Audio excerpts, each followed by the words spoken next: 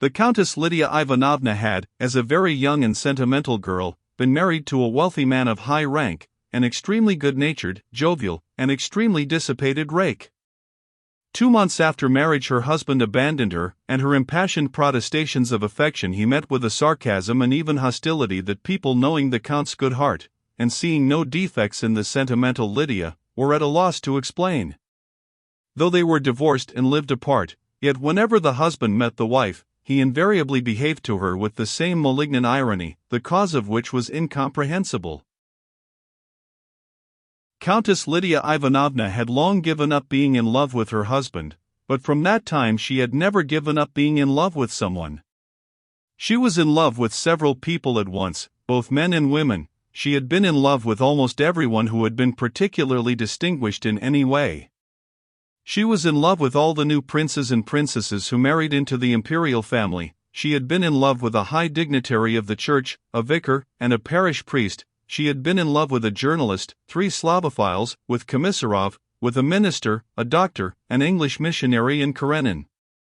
All these passions, constantly waning or growing more ardent, did not prevent her from keeping up the most extended and complicated relations with the court and fashionable society. But from the time that after Karenin's trouble she took him under her special protection, from the time that she set to work in Karenin's household looking after his welfare, she felt that all her other attachments were not the real thing, and that she was now genuinely in love, and with no one but Karenin. The feeling she now experienced for him seemed to her stronger than any of her former feelings. Analyzing her feeling, and comparing it with former passions, she distinctly perceived that she would not have been in love with Komisarov if he had not saved the life of the Tsar, that she would not have been in love with Ristich Kodzitsky if there had been no Slavonic question, but that she loved Karenin for himself, for his lofty, uncomprehended soul, for the sweet to her high notes of his voice, for his drawling intonation, his weary eyes, his character, and his soft white hands with their swollen veins. She was not simply overjoyed at meeting him, but she saw in his face signs of the impression she was making on him. She tried to please him, not by her words only, but in her whole person. For his sake it was that she now lavished more care on her dress than before. She caught herself in reveries on what might have been, if she had not been married and he had been free. She blushed with emotion when he came into the room. She could not repress a smile of rapture when he said anything amiable to her. For several days now Countess Lydia Ivanovna had been in a state of intense excitement.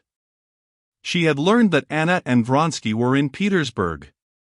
Alexey Alexandrovich must be saved from seeing her. He must be saved even from the torturing knowledge that that awful woman was in the same town with him, and that he might meet her any minute. Lydia Ivanovna made inquiries through her friends as to what those infamous people, as she called Anna and Vronsky, intended doing, and she endeavored so to guide every movement of her friend during those days that he could not come across them. The young adjutant, an acquaintance of Vronsky, through whom she obtained her information, and who hoped through Countess Lydia Ivanovna to obtain a concession, told her that they had finished their business and were going away next day. Lydia Ivanovna had already begun to calm down, when the next morning a note was brought her, the handwriting of which she recognized with horror. It was the handwriting of Anna Karenina. The envelope was of paper as thick as bark. On the oblong yellow paper there was a huge monogram, and the letter smelt of agreeable scent. Who brought it? A commissionaire from the hotel. It was some time before Countess Lydia Ivanovna could sit down to read the letter. Her excitement brought on an attack of asthma, to which she was subject. When she had recovered her composure, she read the following letter in French. Madame la Comtesse, the Christian feelings with which your heart is filled give me the, I feel, unpardonable boldness to write to you. I am miserable at being separated from my son. I entreat permission to see him once before my departure. Forgive me for recalling myself to your memory. I apply to you and not to Alexey Alexandrovich, simply because I do not wish to cause that generous man to suffer in remembering me. Knowing your friendship for him, I know you will understand me. Could you send Serioza to me, or should I come to the house at some fixed hour, or will you let me know when and where I could see him away from home? I do not anticipate a refusal, knowing the magnanimity of him with whom it rests. You cannot conceive the craving I have to see him, and so cannot conceive the gratitude your help will arouse in me. Anna. Everything in this letter exasperated Countess Lydia Ivanovna, its contents and the allusion to magnanimity, and especially its free and easy, as she considered, tone.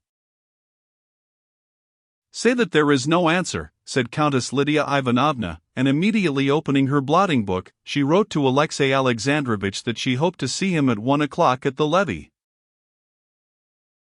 I must talk with you of a grave and painful subject. There we will arrange where to meet. Best of all at my house, or I will order tea as you like it. Urgent. He lays the cross, but he gives the strength to bear it, she added, so as to give him some slight preparation. Countess Lydia Ivanovna usually wrote some 2 or 3 letters a day to Alexey Alexandrovitch. She enjoyed that form of communication, which gave opportunity for a refinement and air of mystery not afforded by their personal interviews.